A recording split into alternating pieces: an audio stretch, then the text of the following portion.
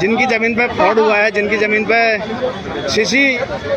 CC road बना है, हमारे आर्मी के ऑन सर्विस हैं सुबेदार दयाकिशन पाठक साहब, तो इनसे जानते हैं हम वहाँ पे इनके साथ क्या हुआ है। तो सर बताएं आपके साथ क्या हुआ है वहाँ पे। सर आप सभी को जय हिंद। मैं सुबेदार दयाकिशन पाठक, थिरनागा रेजिमेंट।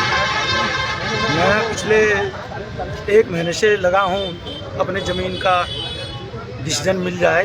आज हम पहले भी हमने सेना की तरफ से भी कार्रवाई की थी मेरे शिव साहब ने, कि उन्होंने हर जगह लेटर भेजा। इधर हमारे माननीय मुख्यमंत्री जी को भी लेटर गया, विधायक बंशीधर भगत जी को भी लेटर गया, एसएसपी, डीएम साहब और अपने कुमाऊं कमिश्नर साहब, एसडीएम साहब, तहसीलदार साहब, सबके लिए जो है लेटर सर्कुलेट कर दिया था। हाँ, उसके बाद मैं जब छुट्टी मिली मुझे दिसंबर में मेरा छुट्टी आना हुआ, तब से मैं सब जगह मिला।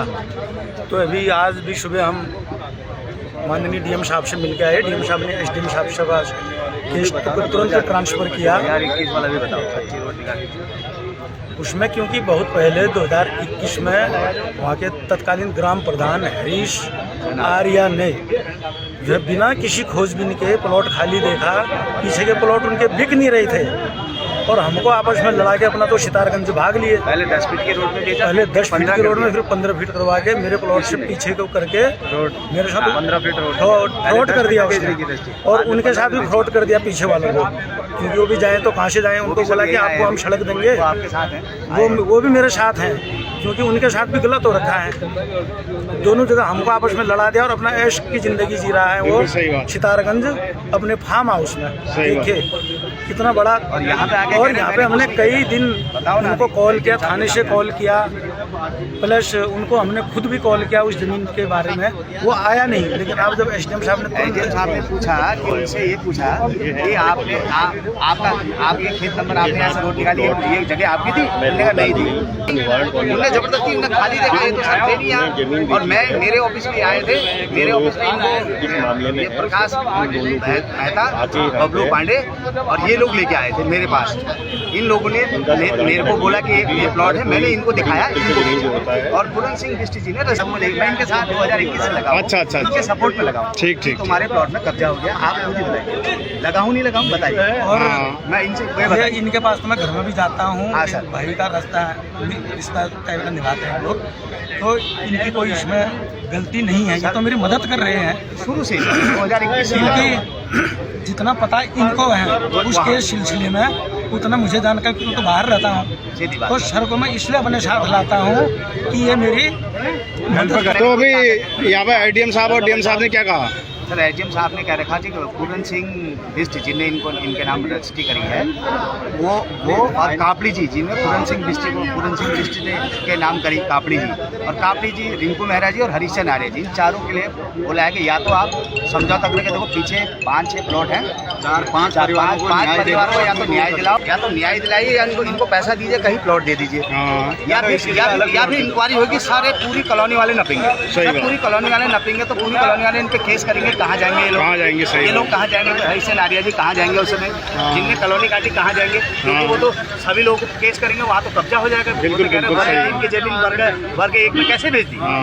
वर्ग 3 की जमीन वर्ग 1 में कैसे बेच दी? बात तो ये आएगी ना फिर मैदान में, बिल्कुल आएगी, वो तो सीधी बात आएगी। और जो ये बात तो समझ नहीं रहे, जो वहाँ पर रह रहे हैं वो कहाँ जाएंगे? वो कहाँ जाएंगे? सबको न्याय मिलना चाहिए, न्याय मिलना चाहिए। करोड़ों के घर बन चुके हैं। अब और क्या वो लोग कहाँ इनको छोड़ेंगे? इतना अर्जना, वो तो कल तो सीज हो जाएगी कॉलोनी, कल को तो दिक्कत आ जाएगी। बिल्कुल हम किसी का अन्याय ना हो, इसके लिए हम कह रहे हैं आप 4 लोग हो, पूरन सिंह बिष्ट, कापड़ी, जिन शुरू से जो मालिक है हरीशचंद आर्या जी, उसके बाद रिंकू मेहरा जी ने कॉलोनी काटी है, और क्या कापड़ी है, कापड़ी जी, पूरन सिंह बिष्ट जी, ये चारों मिलकर इनका हर्जाना दे दो। सीधे तरीके से हम कहीं कुछ नहीं आ रहे हैं। 700 केस वहीं पर समाप्त हो, सीधे मान जाते हैं तो नहीं मानते हैं, फिर मैं नहीं नहीं, उनको तो मानना ही पड़ेगा।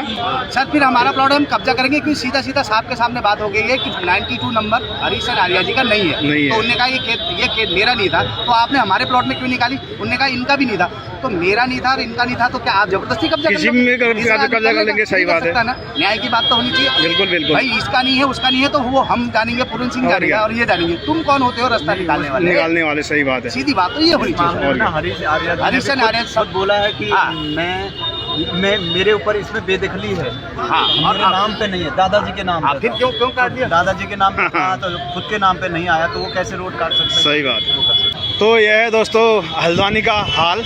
एक जब सैनिक सुरक्षित नहीं है यहाँ पे, जिसकी ज़मीन है वो आपकी जहाँ पर भी जो ज़मीन है जायदाद है उस पर आप नज़र बना के रखें, नहीं तो बहुत मुश्किल हो जाती है दोस्तों, बहुत सारे चक्कर काटने पड़ते हैं। ये लिए ध्यान दें और सुरक्षित रहें और अपने प्रॉपर्टी को भी सुरक्षित रखें।